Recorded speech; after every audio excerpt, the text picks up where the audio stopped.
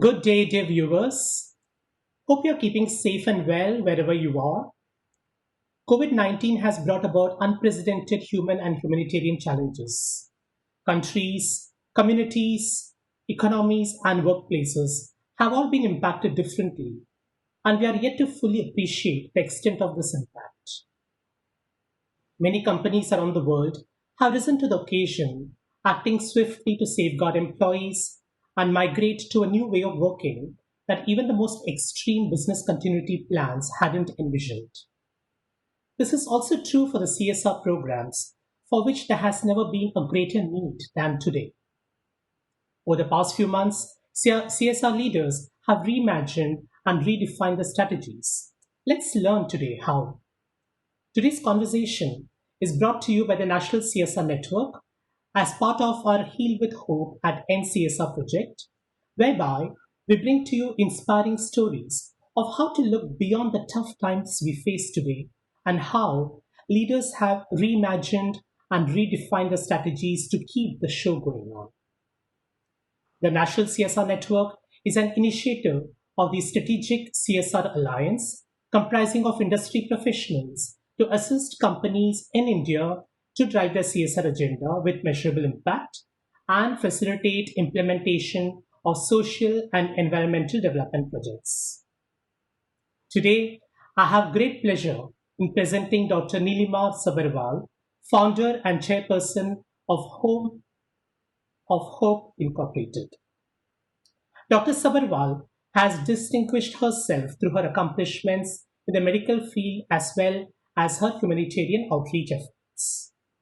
After obtaining a medical degree from Bangalore Medical College, she visited the United States in 1979 to train as a pathologist in UCSF, University California, San Francisco, and practiced pathology at Kaiser Santa Teresa in San Jose from 1991 until her retirement in 2014.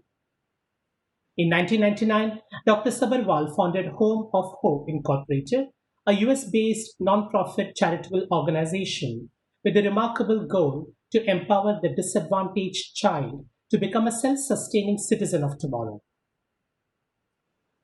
Home of Hope implements programs focusing on empowerment through education, vocational training, and English language skills.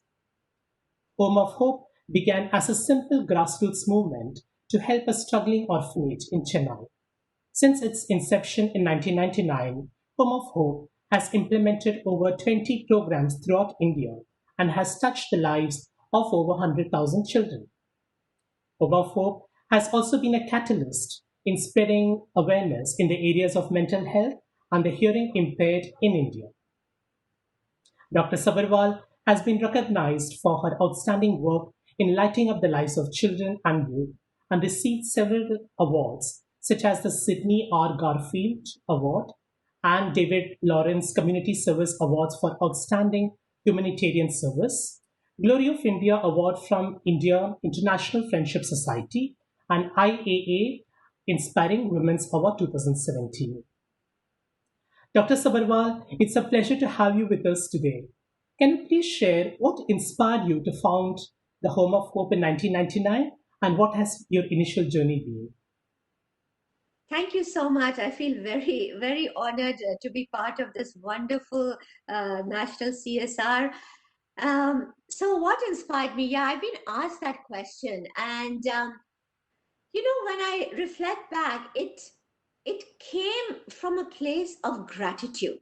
I was in this phase of my life feeling everything was perfect, perfect job, perfect life, perfect husband, and I started questioning myself, why wasn't I born homeless? Why wasn't I, why am I so blessed?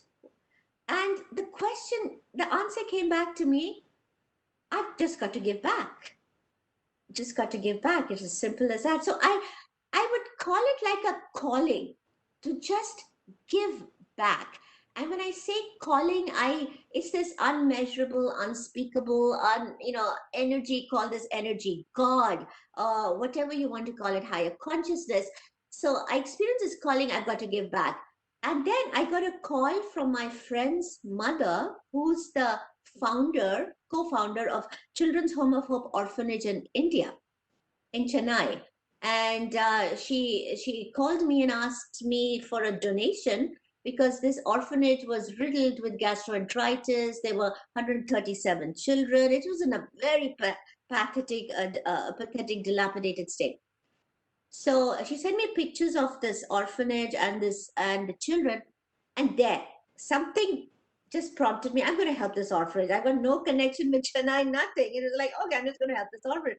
So I basically started with helping this orphanage, and how I did it with the help of my two young children. Had a very humble fundraiser and raised $5,000.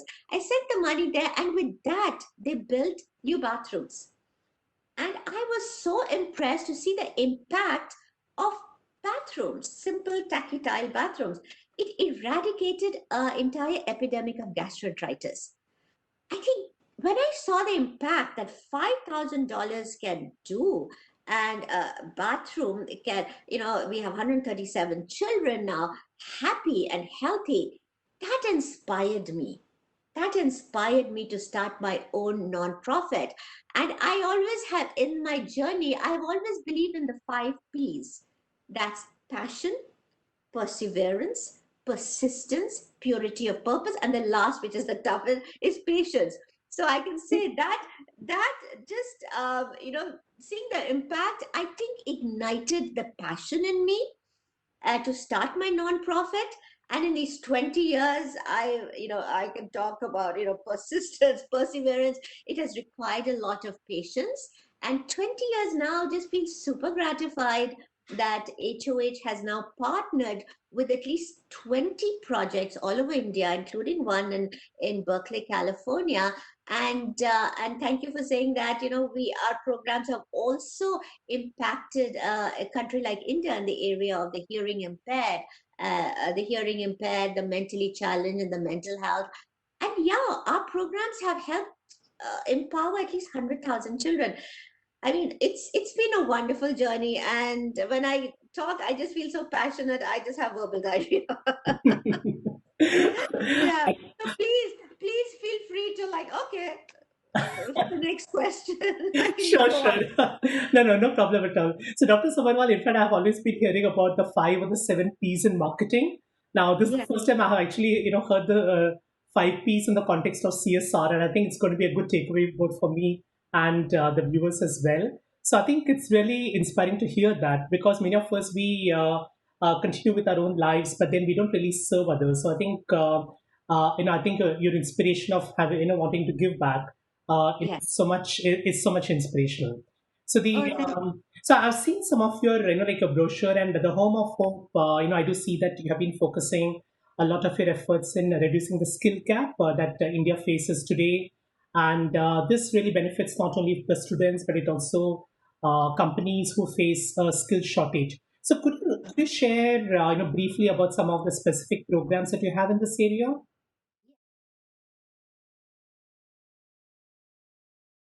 Yes. So let me say now, first of all, how does it work? So we partner with existing struggling orphanages and schools, and like I said, we implement programs. And so when I and these programs are focused on education, vocational training, and now recently English empowerment. So initially, now our kids are 20. They are all young adults because we're 20 plus years old. So we started with giving, when I say disadvantage, it covers an entire spectrum: physically crippled, mentally challenged, deaf, speech impaired, blind, tsunami victims, child prostitutes, village. So this is we are like, HOH has this collective community of these children. So we started with first trying to give them a high school diploma. And that was a challenge because the parents of these children wanted to make them servants.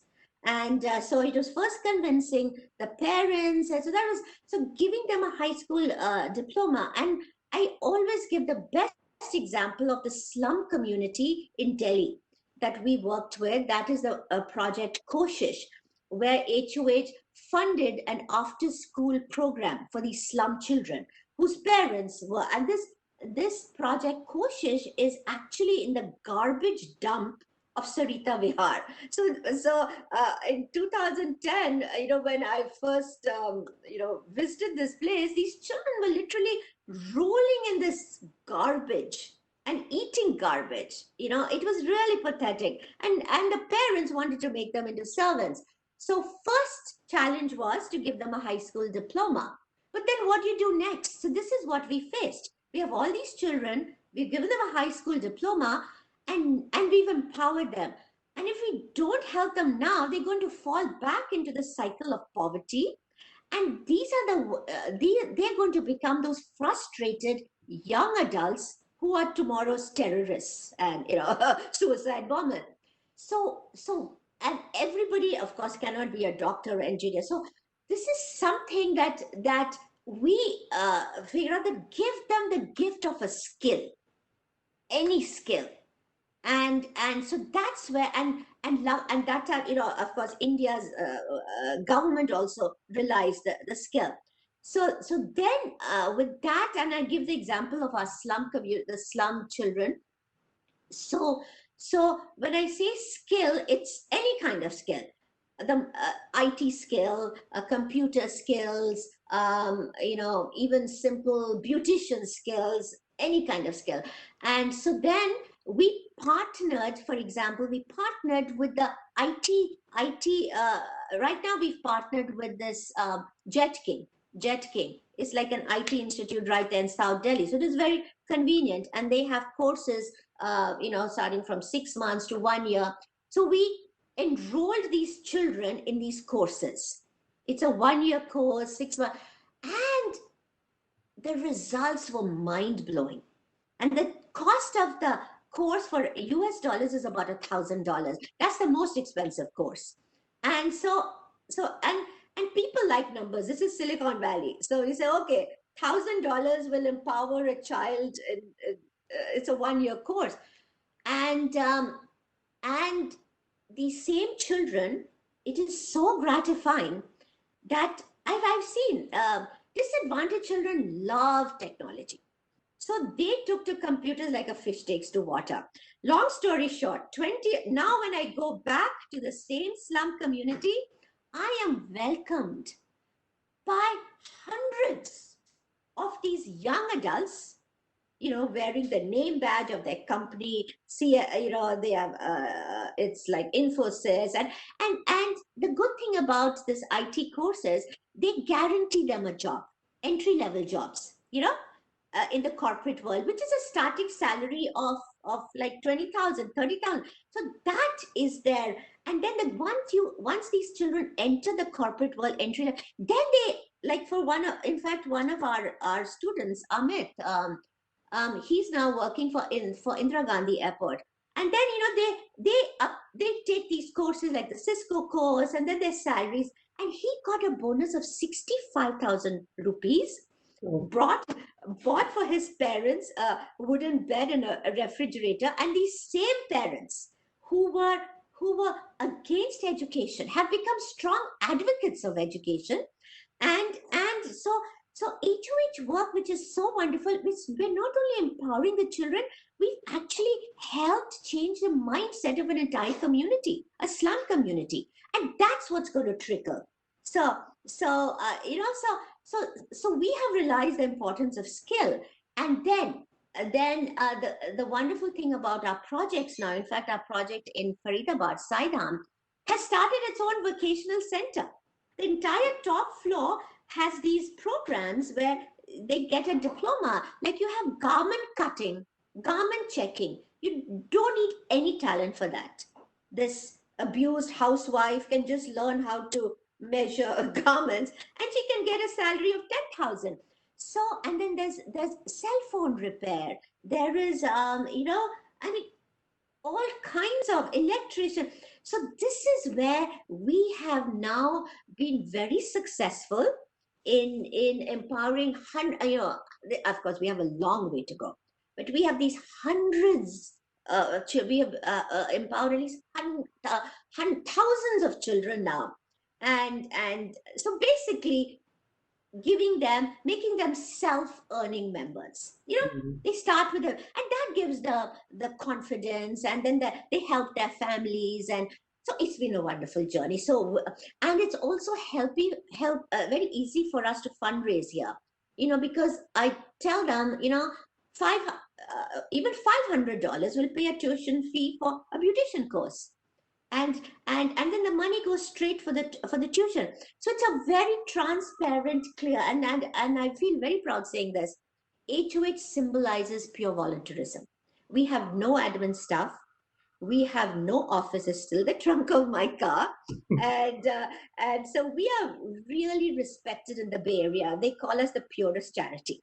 Okay. And Hmm. yeah, it's a great feeling. So Yeah. anyway, so that's where the skill, we have realized the importance of skill. And Yeah. I have actually in my journey of HOH seen how these frustrated children are now so inspired, you know, and it starts with just empowering them with a skill. Yeah. So it's like these children are cocoons, and you just give them the opportunity to become butterflies, and Yes, through the gift of a skill, which I think is yes, also vocational, and I think what you also mentioned is so important because it really helps break the cycle of poverty. Because you not yes, only teach a skill, but then you also help them build start a career, and then of course, as you mentioned, you can have a lot of success stories about their yes, like yes. taking to the next level. So it's really very good. And So it's about closing the loop, yeah. trying to close this loop, and it's so important. If you Mhm. don't close the loop, actually all your work will just it backfires. True, It because backfires. yeah, because it could just pull back, and that brings me to the next question. So I was very curious to know, how the pandemic has had an effect in the work that for home does. So could you tell me a little bit about how these few months has been for you, and how you have been able to sustain the work that you have been doing over the last few months? Okay. Okay, let me share this with you. When the pandemic happened, the first week we all were like, "Oh my God!" Because we have a fundraiser, we had all these events, and again, within, to be honest with you, I'm a very positive person. It only lasted maybe a day or two, and I became creative. Let's put it that way. The corona, I changed it into karuna. Mm. Karuna. So then I said, okay, we're not having the event, physical event. So I took this opportunity to write. So through the Karuna journals, uh, I've already written about 30. So every week churning out a Karuna journal. And so that actually, I was able to, in these Karuna journals, what we did is it's we highlight our project, okay, for example koshish, one example, and then we highlight an impact of karuna, compassion, that this child was like this and today, and then the impact of covid, and so this, we partnered with three of our projects in India. One is our village project Mijwa, and the Koshish project, the slum project, and Saidham project. With these projects, and I feel so good. We started a food drive, and we jumped in even in the I think it was the first week of March. We were the first organization to jump into this COVID food drive, and feel so good saying this, that today we were able to reach about 202 villages in UP. Where these migrant, these were not even on the map of India. Able to reach them and distribute food packets, the food. So we work very closely with our partners, and we're able to distribute the food packets, like literally going to the doorstep, knocking on the door and giving them. So we have been able to help thousands of children during this food drive, and it was very, very gratifying here for me. Is I would literally tell my friends here, hey, and this food packet basically cost us 500 rupees in Indian rupees, which is about $6. So I tell my friends, hey, just you're missing your Starbucks coffee. Just give that money. So I was we were able to raise funds for the food drive. So during the COVID time, we helped the pandemic. And also the other thing, I think, you know, hardship, I think it really is a hotbed for creativity. We have become so creative with all the Zoom meetings. And in fact, one of our projects, which I feel very proud saying this, is Manovikas in Delhi. This is a residential daycare center for the mentally challenged. And we had started this Smile project, actually started by a 10-year-old youth. We have, by the way, we also have a youth chapter where we have all these American, I call them American children here, part of our, I call it the movement now.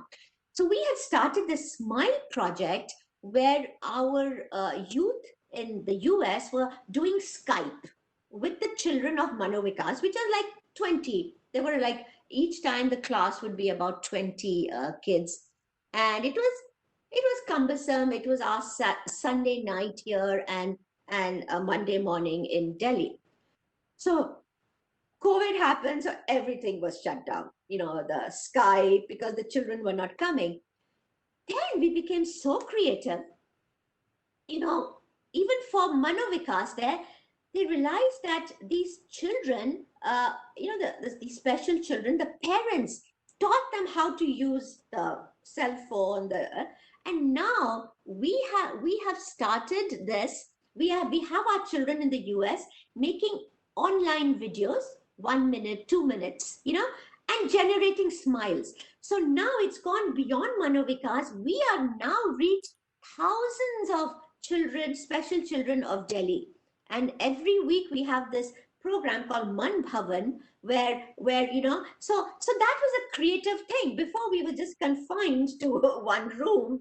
So I think this pandemic has actually um, made us so creative. Like for me now, I'm so creative with my cell phone.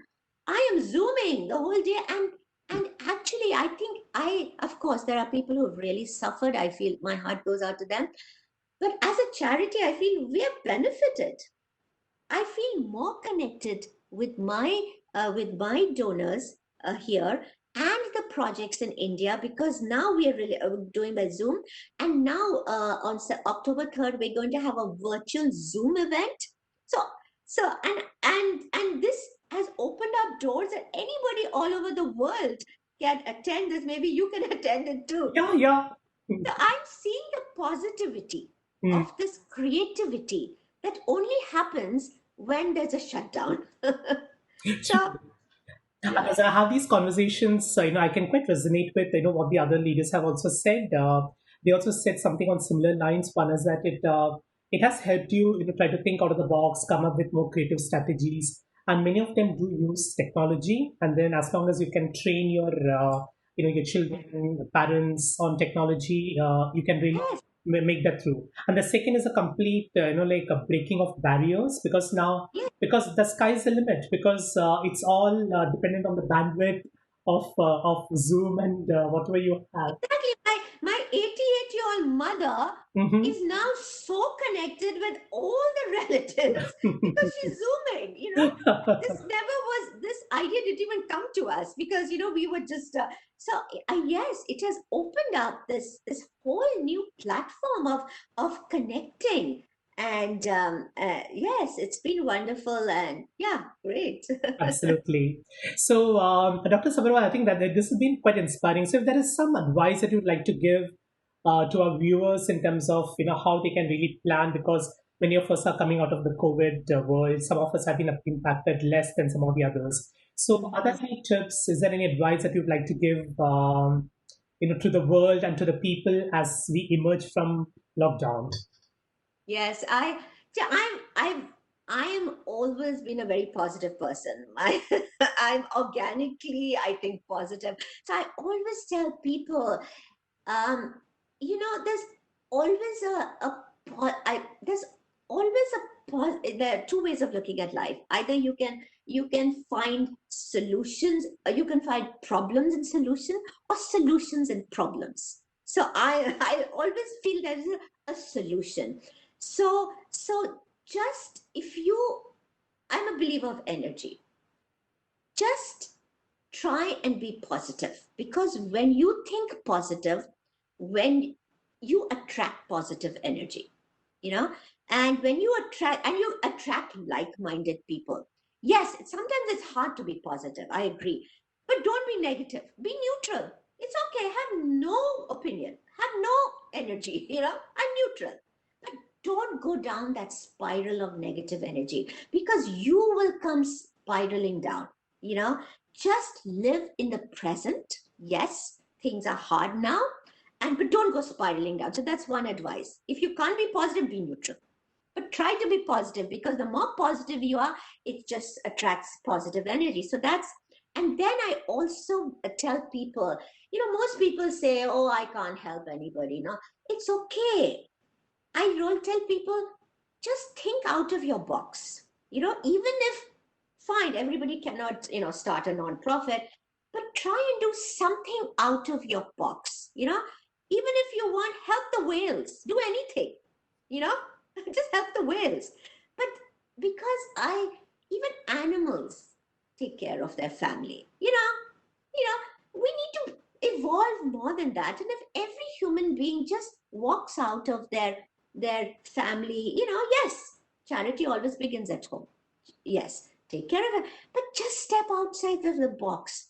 Try and help anybody, and it doesn't involve money. And I tell people, in fact, HOH has become this platform. Yes, of course, it's become a platform where you just donate your potential. You don't know what your potential is. You could be a connector. Just donate your potential. Be open. Don't be closed. And so I don't even call HOH a move. It's become a movement where everybody can donate their talents, their potential. And so right now we have the youth chapter movement. We have these young kids. This 10-year-old girl started the Smile chapter with the special. You don't know your potential, so just be open. you know Absolutely. I think those are really inspiring, and it's a lot about giving back. It's a lot about having a little act of kindness, and and gratitude. There's mm, always somebody worse than you. yeah, Yes, your life is not, nobody's life is perfect, but in that imperfection there is a certain element of perfection. If you feel grateful, you know gratitude is very important. Like HOH really started from a place of gratitude, you know and if you feel grateful, even if your life is not perfect, there's always somebody much worse than you.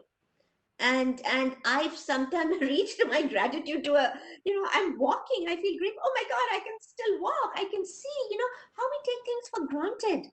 The fact that we are still, you know living and just living life to your potential, just experiencing life. It doesn't have to be fancy vacation, just even. And I think COVID has done another thing, is made us appreciate nature, you know appreciate nature. Even somebody like me, I was living my life, and now I look at a tree and I say, wow, it's just you just revel in life, the life energy. true. And I think, yeah, in a way, COVID has given us a pause to reflect, do some inner reflection, to feel connected. I think there is some lot of positive that has come out of this. I think we are going to become a better world. I think that really sums up like very well to our conversation. Like to leave on that note of optimism, gratitude. So, Dr. Sabharwal, thank you so much for joining us today and sharing the inspiring story behind HOH and how it's become a movement. And please continue to smile, to create the smiles that you're lighting up the faces of youth, children, and all the volunteers that are associated. And I'm sure you have inspired a lot of the viewers to volunteer and support the HOH movement. Um, Thank you. Dear viewers, thank you so much for joining us today. So we hope that you found this conversation with Dr. Sabharwal inspiring and useful as you drive CSR initiatives for your organization. So, if you would like to share your feedback or suggestions, or would like to know more about the National CSR Network, please do visit our website. You can also view our conversations with other CSR leaders on our YouTube channel. Please do share your comments and feedback. We'd love to hear from you. Thank you so much and stay safe and well.